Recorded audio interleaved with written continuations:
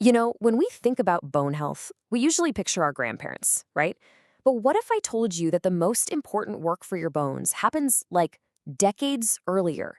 Bone health isn't just about the end game, it's a lifelong journey. And honestly, the most critical chapter might be one you've already closed. So let me ask you a direct question.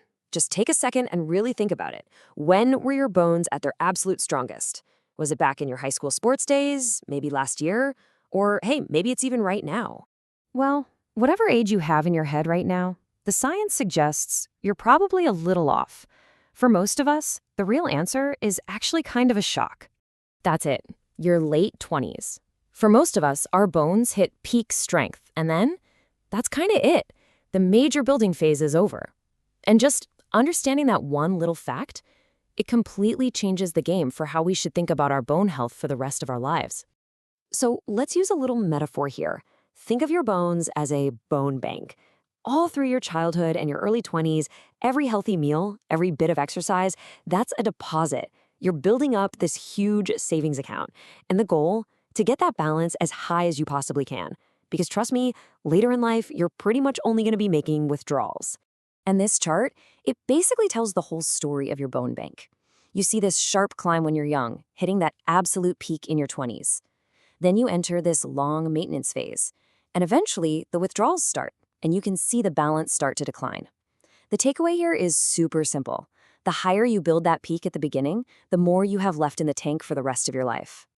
Okay, so let's dive into phase one, building your fortune. How do you make sure you're maximizing every single deposit into that bone bank? Well, the biggest deposits, and this probably won't be a huge surprise, come from nutrients. We're talking about foods that are packed with calcium. Dairy is an obvious powerhouse, milk, yogurt, cheese, but there are some amazing non-dairy sources too, like leafy greens, tofu, and even fatty fish like sardines and salmon. But here's the thing, food is only half the battle. You can't just eat your way to strong bones. You have to physically build them. Yeah, genetics play a part, but our bones are ultimately forged through action, through putting a little bit of good stress on them. And the most effective kind of action involves impact and resistance. So we're talking about weight-bearing exercises, basically anything where your feet and legs are supporting your own body weight. Things like strength training or high-impact sports. They send a direct signal to your body that says, hey, time to get stronger. That stress actually promotes new bone growth, and it builds up the muscle that supports and protects your whole skeleton. All right, let's move on to phase two, guarding your assets. Once you've hit that peak, the game totally changes. It's not about building anymore, it's about protecting. You've made your fortune, now you gotta guard it. So the maintenance plan is basically a 3-step strategy. You keep up the good habits, right? The exercise, the good diet, that's all to slow down the withdrawals. But the third step is just as important. You have to play defense. You have to avoid the bone thieves that are actively trying to rob your account. So who are these so-called bone thieves? Well, smoking and heavy drinking are the well-known ones that can really sap your bone density. But it's not just the big stuff. Even some seemingly innocent habits can do damage. A super high salt diet, for instance, makes your body get rid of calcium. Too much caffeine can mess with absorption. And really low-calorie diets can basically starve your bones of what they need to stay strong. And this brings us to phase 3, the withdrawal years, and one of the most common and frankly confusing topics in bone health, supplements. It seems logical, right? We want to protect our bones, so we reach for a calcium pill. But the big question is, are they really a friend or are they a foe? A 2018 review in a journal called Clinical Interventions in Aging put it perfectly. They said, calcium supplementation is a double-edged sword.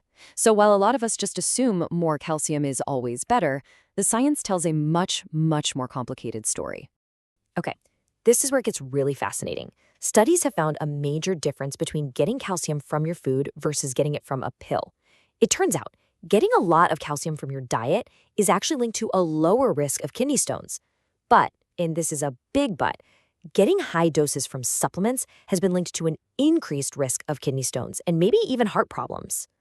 And get this, there's another risk that almost nobody talks about. Calcium supplements can actually interfere with how your body absorbs other important medications. There was one report about a case where someone was taking an antibiotic for an infection, but they were also taking their calcium supplement. And the result? The infection didn't get treated properly because the calcium was literally blocking the antibiotic from doing its job. So the really crucial point here is that bone health isn't a one-man show starring calcium. It's a team sport. I mean, yeah, calcium is the main building block, but it needs vitamin D just to get absorbed in the first place. Then you've got vitamin K, which acts like a traffic cop, making sure that calcium goes into your bones and stays out of your arteries. And magnesium? It helps get vitamin D activated and ready to work.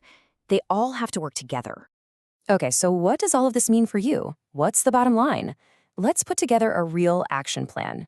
Here are the numbers you're going to want to shoot for every day. Most adults need about 1,000 milligrams of calcium and 1,000 international units, or IUs, of vitamin D. But notice how that calcium number bumps up for women over 50 and for all adults over 70. You can use this as your guide, but just remember the golden rule. Always try to get these nutrients from your food first. All right, to wrap this all up, let's just circle back one last time to our bank metaphor. The best way to protect your financial assets isn't to just throw all your money at one thing, right? You build a diversified portfolio. And it is exactly the same for your bones. A mix of a nutrient-rich diet, consistent exercise, and just plain smart lifestyle choices, that is the winning strategy, hands down. And that leaves us with one final kind of big question to chew on. In this age of processed foods and sitting at desks all day, are we failing to make those crucial deposits in our own bone banks? Are we, without even realizing it, creating a massive bone debt that future generations are going to have to pay for? Definitely something to think about.